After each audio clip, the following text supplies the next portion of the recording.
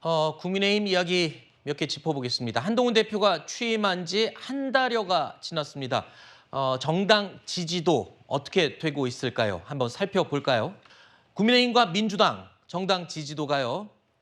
오차 범위 내에서 접전을 벌이고 있습니다. 이건 리얼미터의 조사인데요. 거의 40대 40이라고 봐도 무방할 정도로 오차 범위 내에서 팽팽한 접전입니다. 또 국민의힘은 지난주보다 6%포인트 올랐고 37%, 민주당은 2.2%포인트 내린 수치가 나왔습니다. 지난 금요일에는요, 한국 갤럽 조사도 나왔는데 여긴 또 30대 30 추세로 모양새를 나타내고 있습니다. 지금 국민의힘이 32%, 민주당은 31%로 막상 막하의 정당 지지도를 나타내고 있습니다. 이 지지도가요, 지난 총선 직후에 막상 막하였던 그 지지도로 다시 복귀한 것이다. 이런 해석들도 나오고 있는데 이를 두고 지금 이런 또 이야기도 있습니다. 중수청의 마음이 지금 중수청, 여러분들 아시죠? 중도 수도권 청년층.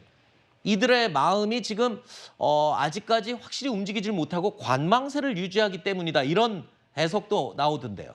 사실 그 양당의 일관된 지지를 하시는 분들이 각각 한 30%씩 있다고 치면 그 나머지 분들을 중도라고 했을 때 중도, 그리고 이제 말씀하신 것처럼 수도권이나 청년층은 상당히 어떤 정책이라든가 정당에 대한 기준이 높다고 볼 수 있습니다. 그러면서 그분들께서는 사실 마지막까지 판단을 또 유보하시는 경향도 있고요. 그러면은 그 중수청이라고 불리는 분들의 마음을 얻기 위해서는 결국 여야가 모두 진정성 있게 민생의 장에 뛰어들어서 거기서 어떤 가시적인 결과를 내는 그런 국민들께 효능감을 드리는 정치를 해야 되겠죠. 그런 점에서 사실 오늘 한동훈 대표가 최고위원회의에서 강조했던 것도 정치의 복원, 그리고 민생 정책을 중심으로 하는 그 새로운 정치로의 전환이었습니다. 지금 앞으로는 여야가 정말로 진정성 있게 다른 어떤 것보다도 민생이 최우선이라고 하는 것을 행동으로 보여줘야 되는 그런 시기입니다. 그런 점에서 제가 이재명 대표께 좀 당부드리고 싶은 것은 기왕의 먹사니즘을 말씀하셨으면 이제는 이전처럼 탄핵, 특검, 청문회 이런 거에만 골몰할 것이 아니고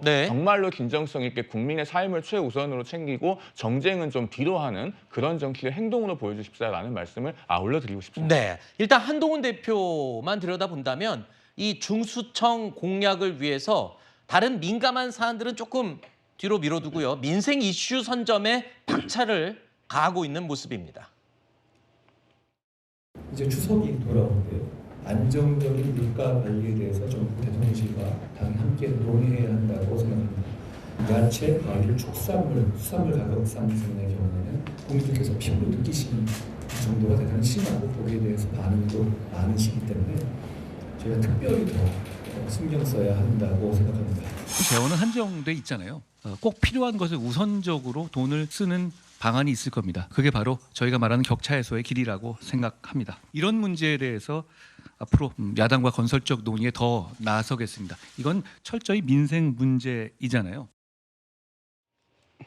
자, 민생 이슈를 고리로 해서 한동훈 대표의 중도 수도권 청년층 공약이 본격적으로 지금 시작된 게 아니냐라는 해석도 나오고 있는데요. 저희 채널 A 취재 결과에 따르면 한동훈 대표가 국군의 날을 공휴일로 재지정하자라는 제안도 했다는데 일단은 뭐 최상병 특검법이나 김건희 여사 검찰 수사나 이런 부분에 대해서는 말을 상당히 아끼고 있지만 민생과 직결된 부분에 대해서는 적극적으로 나서고 있어요. 민생에 대해서 뭐 저희 야당 입장에서도 반대하는 거 아닙니다. 충분히 같이 논의할 수 있습니다. 그러나 지금 4월 총선에서의 민심의 결과 그 부분에 대한 우리 정치적 효용감을 드리는 것 역시도 야당의 역할이고 그런 측면에서 최혜병 특검법에 대해서는 반드시 통과가 돼야 된다. 지금 한동훈 대표가 민생만을 강조하는 부분에 있어서 어찌 보면 이 최혜병 특검법에 대한 부분을 회피하고 시간을 끌기 위한 전략이 아니냐 이렇게 생각해 볼 수도 있는 것이거든요. 지금 의료 대란이 있습니다. 응급실 뺑뺑이 때문에 많은 분들이 고통받고 있습니다. 이런 부분들도 다 민생인데 이런 민생 부분에 대한 해결책 이거 여야가 머리 맞대서 구하자라는 부분 누가 반대하겠습니까? 다만 이런 과정의 가장 핵심에 있는 분이 누구냐 하면 윤석열 대통령인데요. 윤석열 대통령의 어떤 정책의 기조의 변화 이런 부분들까지 한동훈 대표는 얘기를 하셔야 될 부분이 있는 것이고요. 특히 최혜병 특검법에 대해서는 한동훈의 적은 한동훈이라는 한적한이라는 추천이라는 표현이 나오기 전에 네. 한동훈 대표가 약속했던 이 제3자 추천 특검법 네. 그 부분에 대한 명확한 입장은 밝혀주셔야 될 것 같습니다. 네, 일단 뭐 국민들이 볼 때는 최상병 특검법이나 김건희 여사 명품백 의혹 수사라든가 뭐 이런 것들보다는 이 의료 대란 그리고 아까 후쿠시마 문제라든가 뭐 이런 것들이 더 민생과는 실제 생활과는 조금 더 가까이 있는 게 아니냐라는 느낌도 들 수 있을 것 같은데 시급한 민생 현안 가운데 조금 전에 제가 말씀드린 의정 갈등, 의료 대란. 자, 이게 장기화되면서 급박하게 돌아가고 있죠. 아까 이재명 대표가 병상 2번째 지시로 이 의료 사태에 대해서도 들여다봐라 이렇게 지시를 내렸는데 한동훈 대표 역시요. 최근에 이 박단 대한전공의 협회 비대위원장을 비공개 면담한 것으로 알려졌습니다. 지금은 의료개혁 과정에서 나오는 여러 가지 걱정들이 많이 있다는 것을 잘 알고 있습니다. 의대 증원이 필요하다라는 국민적인 동의는 분명히 있었고 지금도 있다고 생각합니다. 다만 국민의 건강을 지키는 건 절대적 가치이기 때문에 그 과정에서 생길 수 있는 여러 우려에 대해서도 정부가 철저히 대비해야 한다고 생각합니다. 저도 그리고 당도 지금도 노력하고 있습니다만 더 노력하겠다는 말씀 드립니다. 자, 여야 대표가 나서서 의료 대란에 집중하는 모습인 것 같은데 일단 한동훈 대표가 중재자로 나선 것 같다 이런 해석도 나오고 있어요. 여당 대표가 나서면 뭐 좀 해결이 될 수 있을지 기대를 해도 되겠습니까? 그 기대를 당연히 해야죠. 그리고 저 박단 비대위원장하고 비공개로 만났잖아요. 그리고 박단 비대위원장이 오늘인가요? 어떤 그 TV 라디오 쇼에 나와서 또 한동훈 대표에게 기대를 건다라는 얘기를 했어요.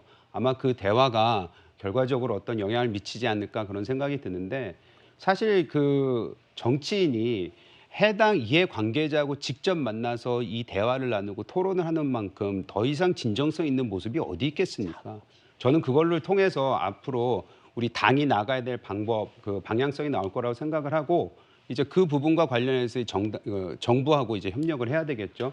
그 부분도 저는 정부도 이거를 해결하지 않겠다라는 것이 아니고 어떻게 해서든지 국민 건강에 도움이 될 수 있도록 불안감을 낮추도록 지금은 시작된 것이기 때문에 거기에 저는 충분히 공감이 될 거라고 생각을 합니다. 네. 자, 오는 30일에 국민의힘 지도부가 윤 대통령과 또 한 번의 만찬 회동을 할 것으로 지금 알려지고 있습니다.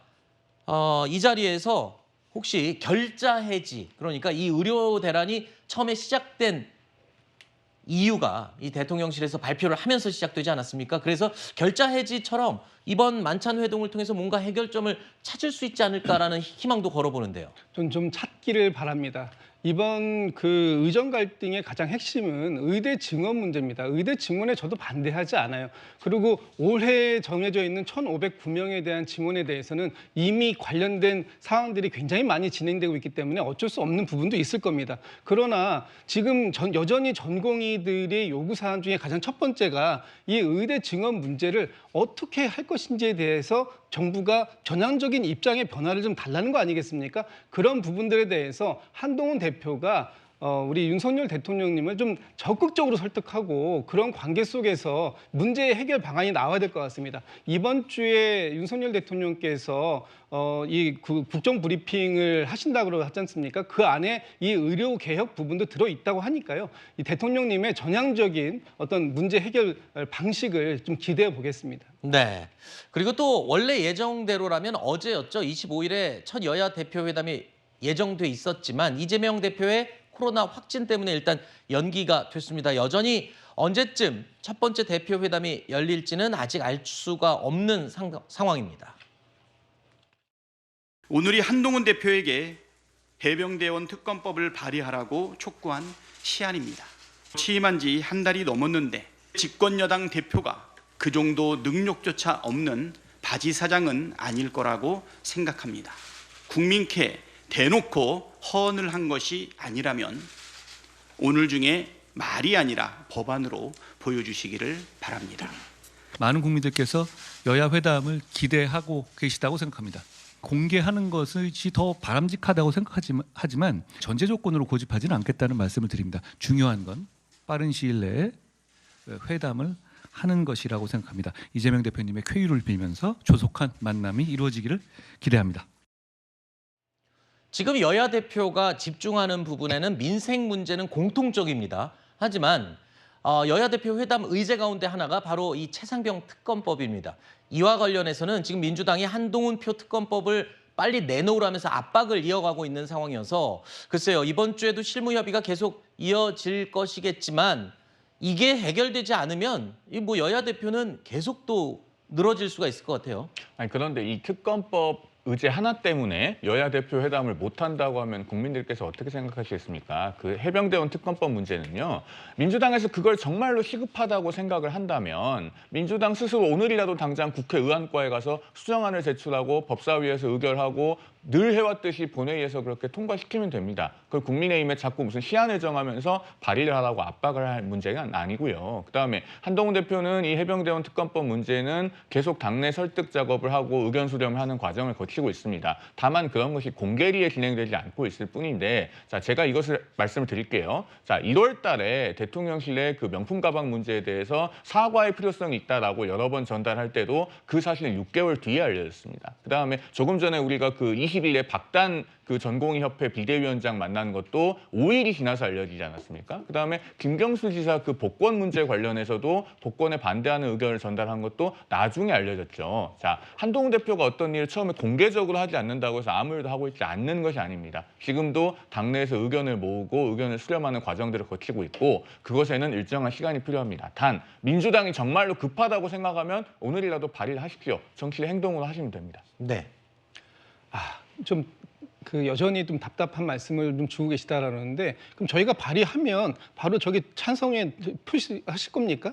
발의를 안 하시잖아요. 아니, 그러니까 지금 이렇게 말씀하시면 안 돼요. 지금 국민의힘이 발의하라고 말씀드리는 이유는 뭐냐면 국민의힘에서 이 부분에 대해서 처리하겠다라는 의지를 보여달라는 건데, 그런 의지를 표명을 하시면 저희가 발의할 수 있습니다. 그러나 그런 의지 표명이 없는 상태에서 저희가 이미 3자 그 추천에 대해서 다 수용하겠다고 얘기했고, 심지어는 뭐 그 제보 그 공작이라고 하셨습니까? 제보 공작 의혹이라고 하는 부분에 대해서도 저희가 조건 없이 수용하겠다는 의지를 밝혔기 때문에 네. 이 부분에 대해서 최혜병 특검법에 대해서 합의 처리를 하겠다라는 의지를 분명하게 밝히시면 됩니다. 알겠습니다.